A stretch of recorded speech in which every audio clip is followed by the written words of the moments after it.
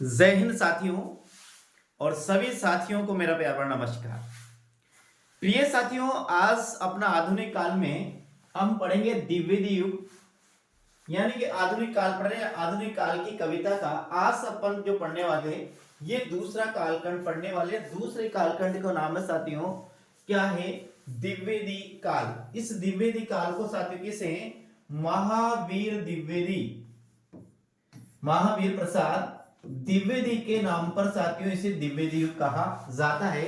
एक और ध्यान रखना, हिंदी साहित्य में दो पर द्विवेदी हुए हैं, एक महावीर प्रसाद द्विवेदी है और एक हजारी प्रसाद द्विवेदी है।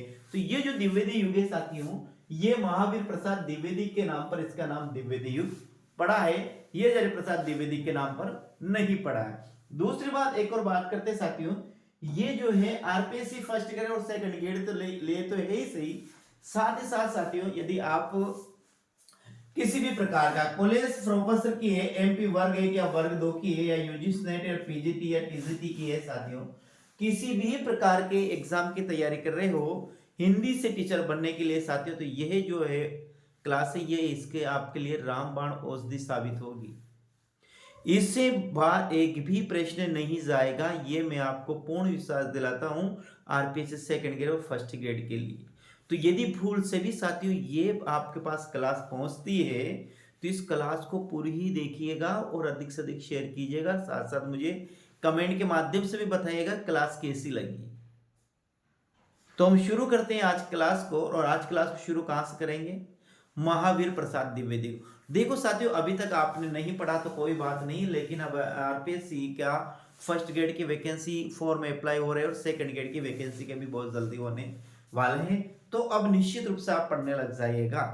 कहते हैं ना कि जब भी जागो सवेरा है, तो हो सकता है इतने दिनों से हम सो रहे थे, लेकिन आज हमारे लिए क्या हो गया? आज हमारे लिए सवेरा है साथियों। तो इस सवेरा का दिन जो उदय हुआ, इस उदय हुए दिन को इस प्रकार से इसमें हम पढ़े साथियों कि ये पूरे जीवन में ही अपना दिन उदय रहे, कभी अपना दिन अस्त नहीं हुए साथियों। ध्यान रखना, नौकरी एक ऐसी चीज है जिसका झरना है, एक नौकरी जिसमें पानी आना कभी खत्म नहीं होता है।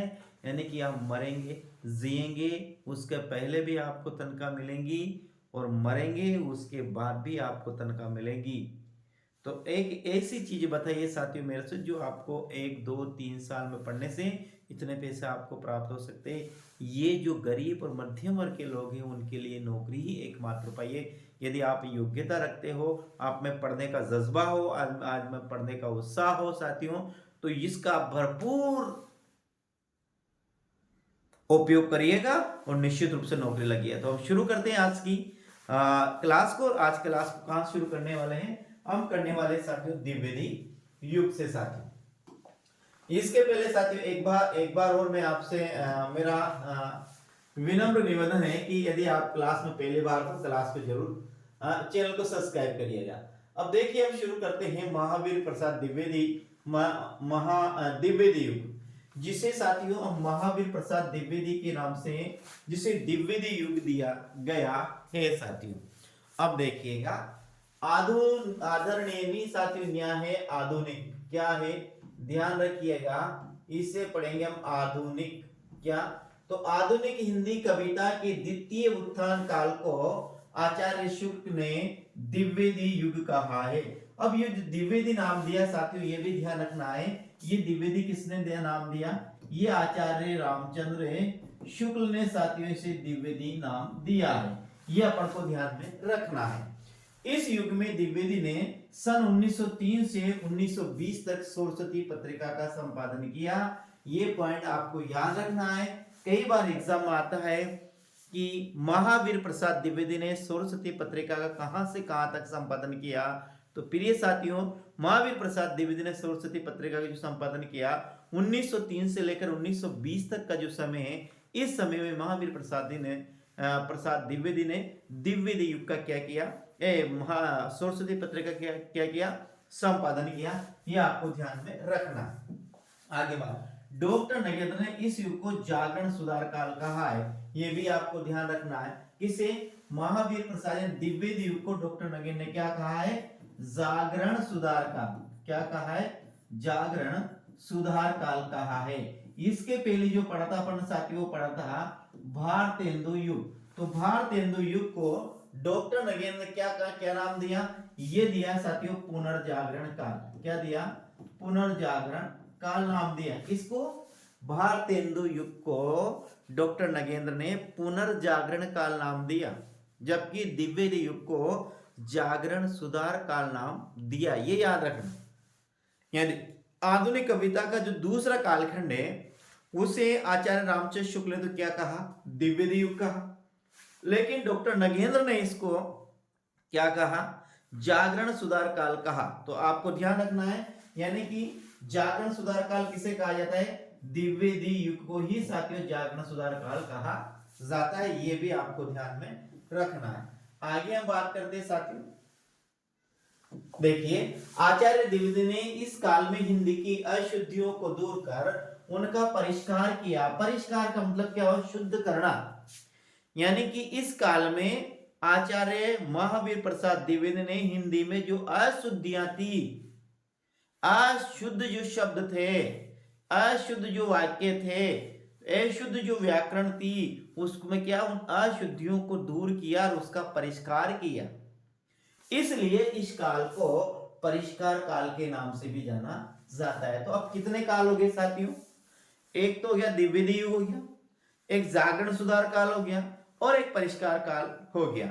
अब हम जागरण सुधार काल की बात करते, क्या जागरण सुधार काल की बात करते, तो ये किसका कहना?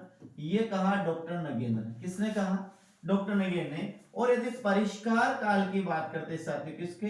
परिष्कार काल की बात करते थे, किसने? ये किसके?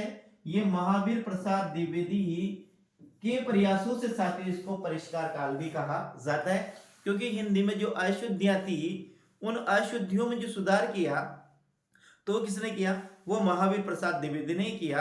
इसलिए इस काल को परिष्कार काल के नाम से भी जाना जाता है साथियों। इस बात को आपको ध्यान में रखना है। आगे हम बात करते हैं इस युग में। हाँ बिल्कुल, एक एक प्रश्न है, एक एक जो लाइन है साथियों, ये एक एक लाइन आपके लिए वेरी वेरी इंपॉर्टेंट है और इस लाइन को आपको अच्छी तरह से समझना है ताकि आपका कोई भी प्रश्न किसी भी प्रकार से गलत नहीं जाए। इस बात को आपको ध्यान में रखना है। इस युग में द्विवेदी जी की प्रेरणा से अनेक लेखकों ने ब्रज भाषा को छोड़कर खड़ी बोली में लिखना आरंभ किया। ध्यान रखना, खड़ी बोली जो हिंदी साहित्य में पहली बार आई नाम साथियों, तो वे कहां पर आए? आधुनिक काल में महावीर आचार्य रामचंद्र शुक्ल काल में खड़ी बोली में साहित्य लिखा गया।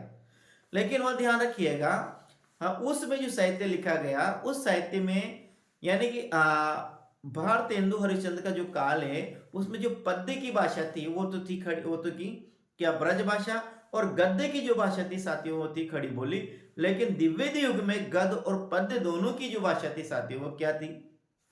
वो खड़ी बोली थी। इसमें मात्र दो कवि की बात करते हैं, एक तो क्या जगन्नाथ दास रत्नाकर है, सत्यनारायण कविरत्न ने, दो लगभग ऐसे कवि थे साथियों जो अभी ब्रज भाषा में कविता लिख रहे थे। लेकिन अधिकांश कवि है वो किस में लिख रहे थे साथियों? वो खड़ी बोली में कविता लिख रहे थे। डॉक्टर बच्चन सिंह ने इस युग को साथियों पूर्व स्वच्छंदतावाद काल कहा है। एक और ध्यान रखना, अब देखो इस काल के चार नाम हो गए। क्या हो गया? एक नाम तो गया द्विवेदी युग हो गया। क्या है? गया द्विवेदी युग हो गया। दूसरा नाम है साथियों जागरण सुधार काल हो गया। तीसरा नाम की बात करते हैं साथियों तो कौन हो गया? परिष्कार काल हो गया। और चौथे काल की हम बात करते हैं साथियों तो क्या हो गया? पूर्व स्वच्छंदतावाद काल गए। ये तीन नाम, चार नाम हो गए इसके, किसके? महावीर प्रसाद द्विवेदी युग के। जो देखो द्विवेदी युग कहा है ये किसने कहा? आचार्य रामचंद्र शुक्ल ने ये नाम दिया है। और जागरण सुधार काल किसने कहा? ये डॉक्टर नगेंद्र ने कहा है साथियों। परिष्कार काल किसके? महावीर प्रसाद द्विवेदी के योगदान के आधार पर इसको परिष्कार काल कहा जाता है, क्योंकि हिंदी की जो जितनी भी अशुद्धियां थी उन अशुद्धियों को दूर किया किसने? महावीर प्रसाद द्विवेदी। तो अशुद्धियों को दूर करने के कारण हिंदी की अशुद्धियों का परिष्कार करने के कारण ही इस काल को परिष्कार काल कहा गया। ये बात अपन को ध्यान में रखनी है। और इसे पूर्व स्वच्छंदतावादी कहा डॉक्टर बच्चन सिंह ने साथियों। तो इस काल में आपको ध्यान रखना है चार नाम है इस काल के। देखिए हाँ, डॉक्टर बच्चन सिंह ने इस युग को पूर्व स्वच्छंदतावाद काल कहा। सरस्वती के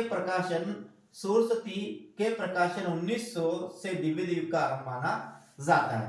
देखिए सरस्वती का प्रकाशन कहां से हुआ? 1900 ईस्वी से साथियों सरस्वती का प्रकाशन हुआ और इसी सरस्वती के प्रकाशन से ही द्विवेदी युग का आरंभ माना जाता है। तो द्विवेदी युग की समय सीमा क्या हुई? आरंभ समय सीमा क्या? 1900 ईस्वी। ध्यान से समझिए ये लाइन क्या कह रही है।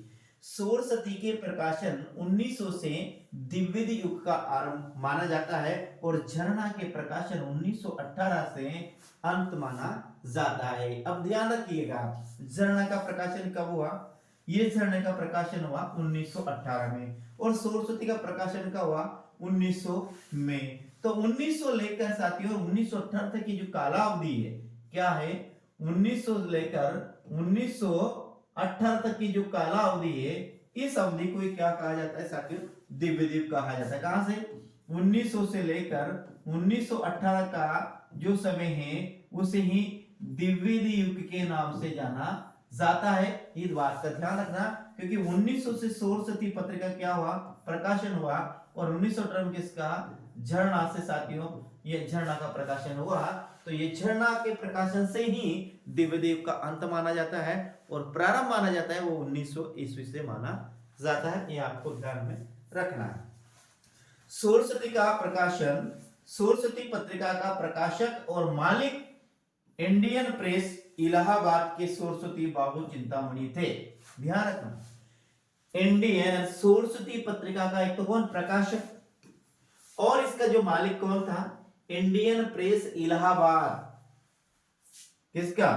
इंडियन प्रेस इलाहाबाद के साथियों क्या थे ये थे बाबू चिंतामणि घोष, इनका पूरा नाम है बाबू चिंतामणि घोष साथियों, इनका पूरा नाम है।